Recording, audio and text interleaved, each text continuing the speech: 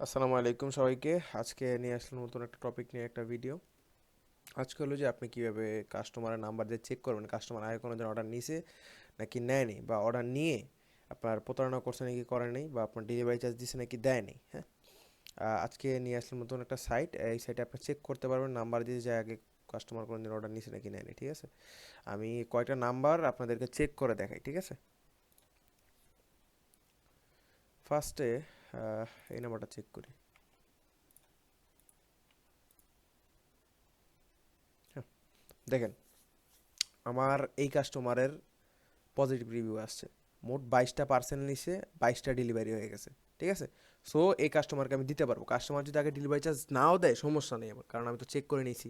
সেক্ষেত্রে আমি কাস্টমারকে ডেলিভারি চার্জ না আগে না নিলেও সমস্যা নেই, আমি বলে দেবো যে ভাই আপনার অর্ডারটা হাতে পাওয়ার পরে আপনি একসাথে ডেলিভারি চার্জ দিতে পারবেন, কোনো সমস্যা নেই। এটা হচ্ছে ভেরিফাইড কাস্টমার। কাস্টমার তিন ধরনের হয়। হ্যাঁ, আমি দেখা যাবে এটা হচ্ছে ফার্স্ট কাস্টমার, সবগুলো অর্ডার নিয়েছে, ভেরিফাইড কাস্টমার, এটাকে দেওয়া যাবে, সমস্যা নেই কোনো। হ্যাঁ, এখন আমি আরেকটা দেখাই আপনাদেরকে।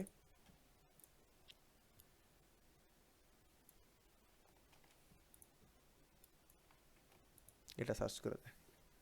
হ্যাঁ দেখেন, এই কাস্টমারকে সার্চ করলাম, দেখলাম যে মোট একটা পার্সেল, একটা বাতিল।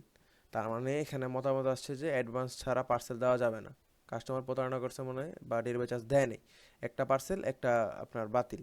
হ্যাঁ, যদি ডেলিভারি চার্জ দিয়ে দিত উনি, তাহলে আপনার ওনার রেড লিস্টে আসতো না।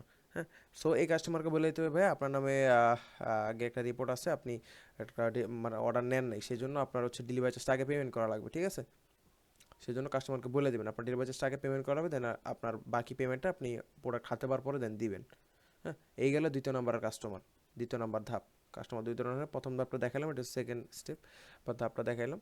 এখন আরেকটা আমি দেখাই, আর হচ্ছে এটা দেখেন।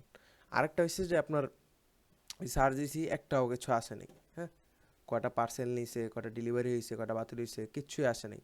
তো সেই ক্ষেত্রে কাস্টমারকে বলা লাগবে ভাই আপনার ডেলিভারি চার্জটা আমাদের অগ্রিম দেওয়া লাগবে। আপনার ডেলিভারি চার্জ ঢাকার ভিতরে হইলে 70 টাকা, ঢাকার বাইরে হলে 130 টাকা, আর যদি ঢাকা সাবের ভিতরে 120 টাকা বলে দিবেন। যদি কাস্টমার ডেলিভারি চার্জ না দেয়, সেক্ষেত্রে বলে দেবেন ভাই আপনার প্রোডাক্টটা হাতে পাওয়ার পরে আপনি ডেলিভারি চার্জটা দিয়ে দিবেন একসাথেই আপনার প্রোডাক্টের সাথে। যদি প্রোডাক্ট যদি ভালো না লাগে, সেক্ষেত্রে আপনার ডেলিভারি চার্জটা দিয়ে আপনি প্রোডাক্টটা রিটার্ন করবেন। ঠিক আছে, আবার অনেকের আছে দেখবেন নাম্বার সাথে দেখবেন মোট পার্সেল 5টা, 3টা নিচে 2টা নেয় নেই। সেক্ষেত্রে বলে দেবেন ভাই আপনার ডেলিভারি চার্জটা পেমেন্ট করা লাগবে। আপনার ডেলিভারি চার্জটা পেমেন্ট করার পর লাস্ট 4 ডিজিট দিবেন বা স্ক্রিনশট দিবেন, আর পরবর্তী পেমেন্টটা আপনি রাইডারের হাতে দিয়ে দিবেন। যদি কাস্টমার বলে না ভাই আমি একসাথে দিব, সমস্যা নেই, ওনারে ভাই একসাথে দিতে পারেন। আর এটা হচ্ছে আপনার রিস্ক। আমি দেখাই দিলাম যে আজকে কীভাবে নাম্বারটা আপনি চেক করবেন। ঠিক আছে, তো এইভাবে করলে আপনার মনে করেন ফ্রড কাস্টমার যেগুলো আছে, যেগুলো মনে করেন 10-15 অর্ডার করে কিন্তু ক্যান্সেল হয়ে যায়, এই নাম্বার দিয়ে আপনি দেখতে পারবেন চেক করে। হ্যাঁ, সো আজকে শিখিয়ে দিলাম আমি সবাইরে, আর ওয়েবসাইটের লিঙ্কটা আমি আমার ডিসক্রিপশনে দিয়ে দিব। সবাই ডিসক্রিপশনটা চেক করবেন।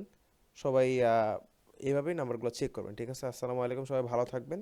এই নিয়মটা ফলো করবেন, তাহলে আপনার অর্ডারগুলো মনে করেন ফ্রডদের হাত থেকে বাঁচবেন আর কি। ঠিক আছে, আসসালামু আলাইকুম, সবাই ভালো থাকবেন।